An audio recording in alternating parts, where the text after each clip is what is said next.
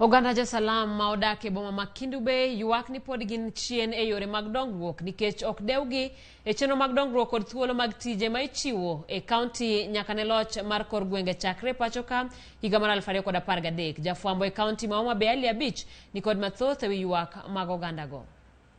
Oganda Jo-Salam modak Kendu Bay Old Town kuom higni moingo 100 koro golo ng'ur margi e pek ma gisebedo ka gikale kendo gimedo mana thirno ka giwacho ni owegi oko e chenro mag dongruok ma itimo e kaunti ma Homa Bay nyaka ne loch mar kor gwenge chakre. Giywak ni gikale ngima matek tweta to chandruok margi pok ni owinji. We normally participate in everything that government rolls out, but when there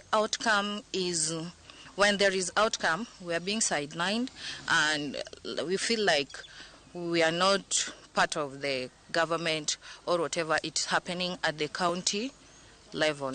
We have all the qualification that takes somebody to be employed, but when we apply or when we seek for opportunities, it's very difficult. Oganda go wacho ni gisebedo ka gipuonjo nyithindgi to bang' tieko tiegruok margi gidiwo kodgi e dhoudi nikech kata ka gioro kwayo margi ka olando thuolo mag tije county to ok dewgi. Majority always say that Muslims are not educated, while we know very well that Muslims are well-educated people. So we are just wondering, why are we neglected? Because other religions are being considered. Even it reach a point of appointments, employments, you find when you reach there, we're being neglected. Jadolo e muskiti ma Kendu Bay, Suleiman Omar, wacho ni kata mana gwelo ma ichiwo e kombe mag siasa bende pok nomigi. Kwa muda mrefu sana, sisi kama Muslim community wa Kendu Bay tumesha kuwa nyuma zaidi.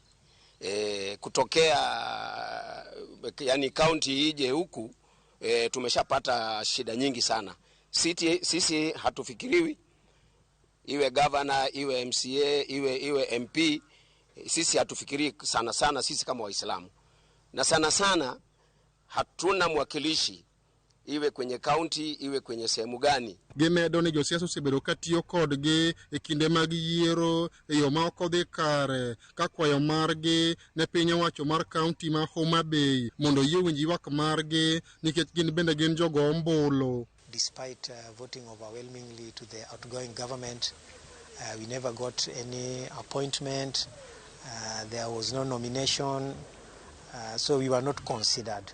So my humble request is to the current incoming governor, that is Her Excellency Gladys Wanga, to put an eye on the Muslim community.